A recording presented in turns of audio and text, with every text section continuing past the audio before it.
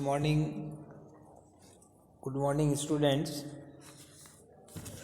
Income tax में जो अपना चैप्टर चल रहा है इनकम फ्रॉम कैपिटल गेन, इसमें अपन ने अब तक देख लिया कि कैपिटल गेन दो तरह के हैं, long term capital gain, short term capital gain, और इसकी गणना कैसे की जाती है ये अपन ने एक स्टेटमेंट देखा था। उसमें अपन ने देखा कि जो संपत्ति की प्राप्ति की लागत है उसका निर्धारण करना इम्पोर्टेंट है, क्योंकि उसी के आधार पर पूंजी लाभ की राशि का निर्धारण होता है। तो विभिन्न परिस्थितियों में पूंजी संपत्ति को प्राप्त करने की लागत कैसे निर्धारित की जाएगी ये अपन देख रहे हैं। तो इसमें नोट्स में देखिए पॉइंट नंबर 7 जो determination of cost of acquisition of capital assets, उसमें पहला पॉइंट है 7.1 क्रय की गई संपत्ति की लागत। अगर करदाता ने संपत्ति क्रय की है, क्रय करके प्राप्त की है, तो उसकी कॉस्ट ऑफ एक्विजिशन कैसे निर्धारित होगी। उसमें क्रय मूल्य, क्रय के संबंध में किए गए पूंजीगत व्यय जैसे कमीशन, दलाली, स्टाम्प ड्यूटी, वकील की फीस, स्थापना व्यय, संपत्ति खरीदने के लिए ऋण पर संपत्ति स्थापित कर उपयोग करने की तिथि तक का ब्याज जोड़ देंगे, और सरकारी सहायता प्राप्त हुई हो तो उसको घटा देंगे। यदि संपत्ति 1 अप्रैल 2001 से पूर्व प्राप्त की गई हो, 1 अप्रैल 2001 से पूर्व प्राप्त की गई हो, तो ऐसी संपत्ति की वास्तविक लागत या 1 अप्रैल 2001 को उस संपत्ति का जो उचित बाजार मूल्य है, फेयर मार्केट वैल्यू FMV, जो दोनों में से अधिक हो, वैसे दोनों में से कोई भी ले सकता है लेकिन अधिक लेने में फ़ायदा है, तो जो दोनों में से अधिक हो संपत्ति की प्राप्ति की लागत लेंगे। परंतु राशि योग्य संपत्तियों और अदृश्य संपत्तियों पर यह नियम लागू नहीं होगा, अतः इनकी वास्तविक लागत ही संपत्ति की प्राप्ति की लागत होगी।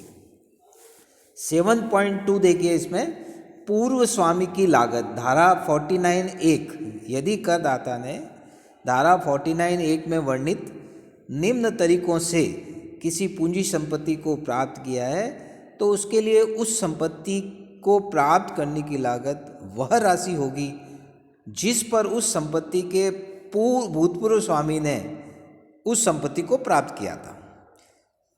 ऐसी संपत्ति के स्वामित्व का अवधि का निर्धारण भी उसी तिथि से किया जाएगा जिस तिथि को भूतपूर्व स्वामी ने उस संपत्ति को प्राप्त किया था। इसको कहते हैं डीम्ड कॉस्ट ऑफ एक्विजिशन। ये किन परिस्थितियों में धारा 49(1) लागू होती है? देखिए, पहला, अविभाजित हिंदू परिवार के पूर्ण या आंशिक विभाजन पर संपत्तियों के वितरण के कारण प्राप्त संपत्ति। दूसरा, उपहार या भेंट या वसीयत के अंतर्गत प्राप्त संपत्ति। तीसरा, उत्तराधिकार में प्राप्त संपत्ति। चौथा, किसी ट्रस्ट को होने वाले हस्तांतरण के अंतर्गत प्राप्त राशि। कंपनी के समापन पर अंशधारियों में संपत्तियों के वितरण के कारण प्राप्त राशि। परिवार के सदस्यों द्वारा अपनी स्वयं अर्जित संपत्ति को परिवार में हस्तांतरण। नीचे देखिए नोट में है कि यदि संपत्ति के भूतपूर्व स्वामी ने संपत्ति को 1 अप्रैल 2001 से पहले प्राप्त किया है, तो करदाता संपत्ति की प्राप्ति की लागत भूतपूर्व स्वामी की लागत या 1 अप्रैल 2001 को फेयर मार्केट वैल्यू, जो दोनों में से अधिक हो, को ले सकता है। दूसरा, भूतपूर्व स्वामी से ऐसे उस अंतिम भूतपूर्व स्वामी से है जिसने संपत्ति को धारा 49(1) के अलावा कि अन्य किसी तरीके से प्राप्त की हो। तो ये बिंदु अपने को ध्यान में रखना है।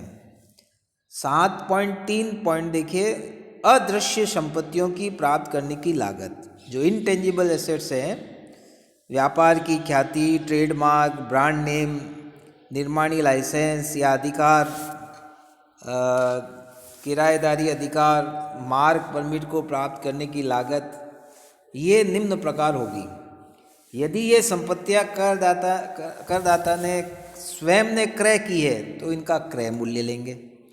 यदि धारा 49(1) में वर्णित परिस्थितियों में प्राप्त की है तो भूतपूर्व स्वामी की लागत लेंगे, परंतु पूर्व मालिक ने इन संपत्तियों को स्वयं अर्जित किया है तो उनकी लागत शून्य मानी जाएगी।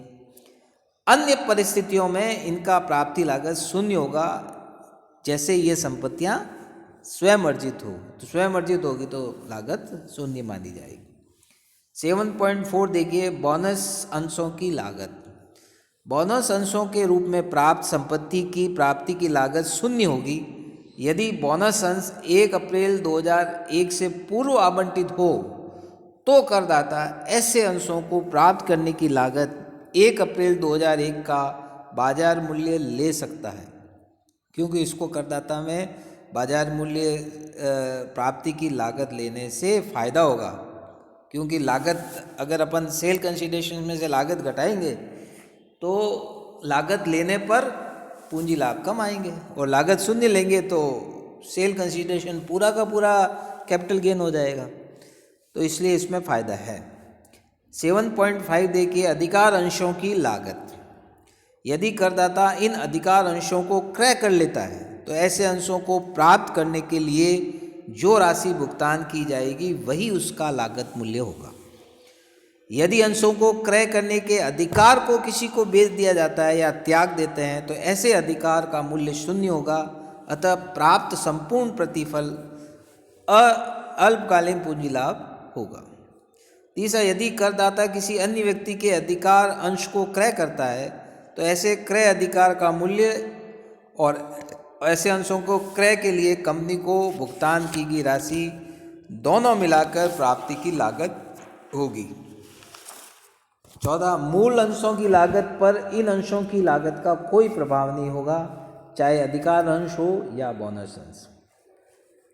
7.6 देखिए, यदि करदाता ने संपत्ति विक्रय अनुबंध पर अग्रिम राशि प्राप्त की है, एडवांस प्राप्त किया है, सेल कॉन्ट्रैक्ट हो गया, एडवांस प्राप्त किया है, परंतु बाद में वो राशि जब्त कर ली जाए, किसी कारण से अनुबंध वो समाप्त हो गया, तो जो राशि जब्त की गई है ऐसी जब्त राशि को संपत्ति की प्राप्ति की लागत में से घटा देंगे, उससे कॉस्ट ऑफ एक्विजिशन कम हो जाएगी। यदि पूर्व स्वामी ने भी कोई राशि जब्त की हो तो उसे नहीं घटाया जाएगा। 1 अप्रैल 2001 से पूर्व जब्त राशि को फेयर मार्केट वैल्यू की राशि में से भी घटाया जाएगा। 7वां पॉइंट देखिए, यदि ऋण पत्रों के पूर्णतया आंशिक परिवर्तन के कारण कोई अंश प्राप्त होते हैं तो इन अंशों की लागत वही होगी जो ऋण पत्रों की लागत थी। ये हो गया कॉस्ट ऑफ एक्विजिशन। अब दूसरी इंपॉर्टेंट कॉस्ट है कॉस्ट ऑफ इम्प्रूवमेंट। ये कैसे निर्धारित होगी? या वृद्धि या सुधार की लागत। पॉइंट नंबर 8 है, 8 का पॉइंट नंबर 1। यदि पूर्व स्वामी या करदाता ने पूंजी संपत्ति 1 अप्रैल 2001 से पूर्व प्राप्त की थी तो 1 अप्रैल 2001 को या उसके बाद में किए गए वृद्धि और सुधार के पूंजीगत व्यय सुधार की लागत होगी। अर्थात 1 अप्रैल 2001 से पूर्व किए गए सुधार के व्यय को ध्यान में नहीं रखना है। यदि पूर्व स्वामी या करदाता ने पूंजी संपत्ति 1 अप्रैल 2001 को या बाद में प्राप्त की है तो सुधार की लागत वह राशि होगी जो करदाता या पूर्व स्वामी द्वारा संपत्ति प्राप्त करने के बाद किए गए हैं। तीसरा पॉइंट देखिए, व्यापार की ख्याति या किसी वस्तु के उत्पादन निर्माण करने के अधिकार के रूप में पूंजी संपत्ति की सुधार की लागत शून्य होगी, चाहे वे संपत्तियां खरीदी गई हो चाहे स्वयं अर्जित हो। चौथा पॉइंट,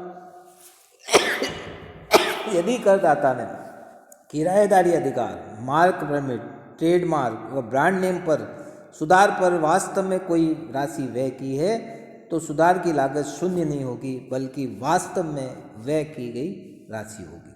तो इस प्रकार से आज अपन ने देखा कि कॉस्ट ऑफ एक्विजिशन कैसे निर्धारित करते हैं, किन बिंदुओं को ध्यान में रखना है, किन प्रावधानों को ध्यान में रखना है, और कॉस्ट ऑफ इम्प्रूवमेंट कैसे निर्धारित होती है, इनको कैसे ध्यान में रखना है।